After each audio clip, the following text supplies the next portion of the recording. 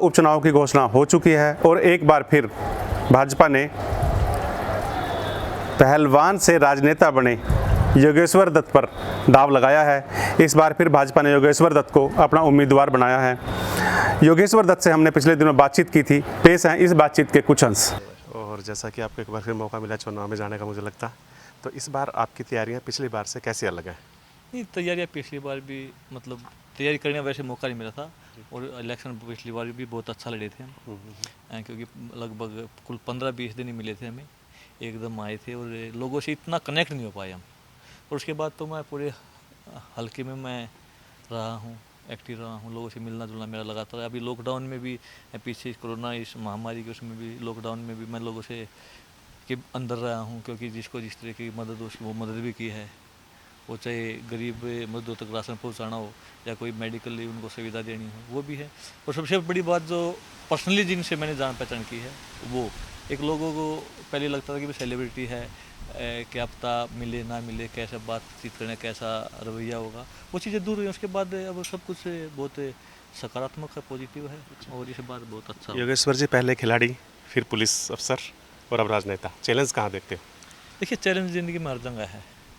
खिलाड़ी रही तब भी एक ही मेरे मन में रहती है कि मेरे को देश के लिए अच्छा करना है और देश के लिए अच्छा करने की प्रेरणा से ओलंपिक मेडल तक मैं पहुंचा। और पुलिस की नौकरी मैंने 10 साल की है, एसपी का नंबर आया था। उसमें भी ये है कि नौकरी करते हुए हम देश के लिए खेले ही हैं, वैसे कहीं पोस्टिंग मैंने नहीं काटी थी। पर यही है कि मेरा एक चीज़ होता है कि जो भी करो काम करो दिल लगाया करो। उसके बाद राजनीति में आने का बस एक ही मेरा मकसद था यार, मतलब लगाइए कि लोगों की सेवा करनी है। पुलिस में रहते हुए वो काम मैं नहीं कर सकता था, क्योंकि जैसे जहाँ से मारता हूँ यहाँ पे मेन दिक्कत है बिजली की, पानी की, स्वास्थ्य की, शिक्षा की, खेल की।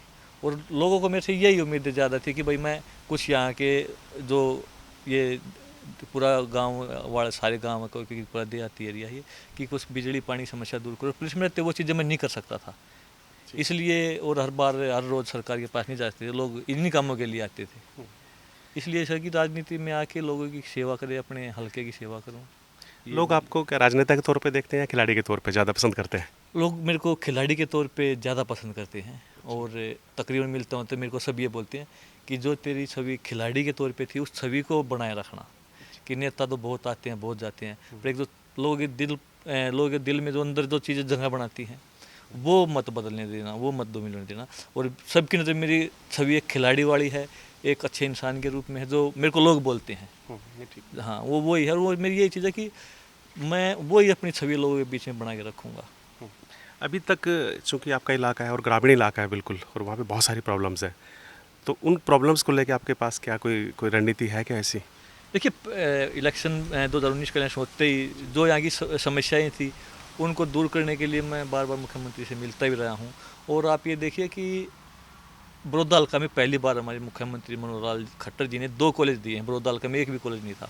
वो मेरी मांग इलेक्शन से पहले ही थी, जब मैं राजनीति में आया भी नहीं था। मैं मुख्यमंत्री से मिला था क्योंकि मेरे गांव वाले मेरे के मिले थे, बोले कि यहाँ पे एक भी कॉलेज कोई ऐसे नहीं है जहाँ पे हमारी बहन बेटियाँ पढ़ने जा सके। और तब तो मैं वैसे मिला था एक खिलाड़ी के तौर पे, माँ जी हमारे हल्के में ये समस्याएं हैं, वो कि लड़कियों के लिए कॉलेज नहीं है नज़दीक में और उनको सोनीपत या रोहतक या गोहाना जाना पड़ता है। और ये लगभग सोनीपत रोहतक लगभग 30 किलोमीटर है, गोहाना 15 से 20 किलोमीटर पड़ता है। हमारे गांव में या गांव के नज़दीक कोई कॉलेज होना चाहिए। मुख्यमंत्री जी ने आश्वासन दिया था मेरे को। और उसके बाद अभी इसी रक्षाबंधन के मौके पर एक की बजाय 2 कॉलेज दिए हैं लड़कियों का, एक मेरे गांव बैसवाड़ में और एक बड़ौदा में। लेकिन लोगों का कहना है कि घोषणा तो होगी लेकिन इसका अमल-ए-जामा पहना जाएगा नहीं पहना जाएगा, कॉलेज बनेगा नहीं बनेगा। देखिए, ये तो बातें चलती रहती है, पर क्लास भी अभी इसी साल से स्टार्ट होंगी। मेरे गांव में जो लड़कियां को स्कूल है उसी में पहले अभी क्लास स्टार्ट होंगी, उसके बाद कॉलेज बनता रहेगा, फिर वहाँ कॉलेज में वो चीज़ें शिफ्ट हो जाएंगी।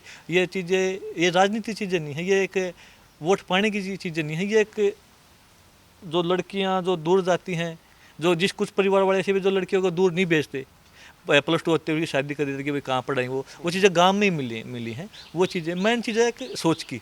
और जो मुख्यमंत्री ने जब सोच दिखाई है कि जगह 2 कॉलेज दिए हैं, और हमारा मकसद ये है कि हर 4 या 5 गाँव के नज़दीक और कॉलेज होने चाहिए, जिससे ज़्यादा परेशानियां सामना ना करना पड़े। और इसलिए मुख्यमंत्री हम धन्यवाद देते हैं कि जो मांग हमने उनसे की वो पूरी हुई। अच्छा, एक रिंडाना गांव है और वहाँ पे काफ़ी सारे कबड्डी के प्लेयर हैं। हम लोग देख रहे थे कि वो बहुत ही ख़राब माहौल में या बहुत ही ख़राब दिक्कतों में अपना स्पोर्ट्स रखे हुए हैं, तो चूंकि आप खिलाड़ी और आप समझते हो कि खिलाड़ी को क्या चाहिए, तो अभी तक उनके लिए क्यों नहीं कुछ किया गया? नहीं, देखिए मैं बताता हूँ, मेरे को लगभग 1 साल ही हुआ, 1 साल भी अभी तक नहीं हुआ इसमें। और पहली चीज़ है कि किसी ने डिमांड नहीं रखी। पहले अभी बीजेपी की सरकार तो पिछले 5 साल से ही है, दूसरा टर्म है। उससे पहले 10 साल कांग्रेस सरकार रही, यहाँ पे कांग्रेस का एमएलए रहा। और यहाँ तो अब की बार अभी भी कांग्रेस का एमएलए, उससे पहले इन लोगों की सरकार रही। उन्होंने यहाँ पे कुछ विकास नहीं किया। नहीं तो इतना पिछड़ा हुआ, इतना वो नहीं होता, इतनी असुविधा नहीं होती कि हर गांव में हर गली में समस्या है। और रही खिलाड़ियों की बात, तो एक रिंडाने की से नहीं है, एक कथूरा भी है, खिलाड़ियों गांव रिंडाना भी है, गढ़वाड़ भी है, मेरा खुद का गांव भी है, भैंसवाड़ भी है। और हर गांव में कोई ना कोई किसी न किसी गेम के बच्चे हैं। पर अभी मैंने जब वो देखा, उसके बाद देखने के बाद अभी मैंने हर गांव के लिए एक जिम के लिए बोला था। और जहाँ पे कबड्डी के खिलाड़ी हैं उनके लिए मैट बोला था, जहाँ पे कुश्ती के हैं वहाँ पे कुश्ती के लिए मैट और जिम बोला था। वो चीज़ें पास होकर आ चुकी हैं, उन गाँव तक पहुँच जाएंगी। और रिंडाना गाँव में स्टेडियम फिलहाल है, कबड्डी का हॉल भी है, पर उनमें और ज़्यादा सुधार करने की गुंजाइश है। और हमारा वही मकसद है कि हम उसमें और ज़्यादा सुधार करें। थोड़ी सी राजनीति की बातें भी कर लें, तो मुकाबला किससे मान रहे हो इस बार अपना? देखिए, पिछली बार भी हम किसी के मुकाबला नहीं माने थे और इस बार भी नहीं मानते, क्योंकि हमारा मकसद है लोगों की सेवा करना। लेकिन जो एक बात निकल के सामने आ रही थी, लोग आपको तो पसंद करते हैं, लेकिन थोड़ा सा कहीं ना कहीं वो बीजेपी से नाराज़ है, तो इस नाराज़गी को कैसे दूर करेंगे आप? देखिए, पिछली बार लगभग हमारी 38,000 मेरी वोट आई थी, 38,000 वोट आई थी, कुल 4,500 वोट से हमारे थे। पर ये भी जो बीच में टाइम मिला है, हमें तो नहीं पता था कि जो विधायक जी थे वो उनका स्वर्गवास हो जाएगा। हम तो तभी से लग गए थे कि भाई आगे में सेवा करनी है, और हमारा अगला 5 साल का टारगेट ले चले थे। पर बीच में उनका स्वर्गवास हो गया, ये इलेक्शन उपचुनाव आ गए।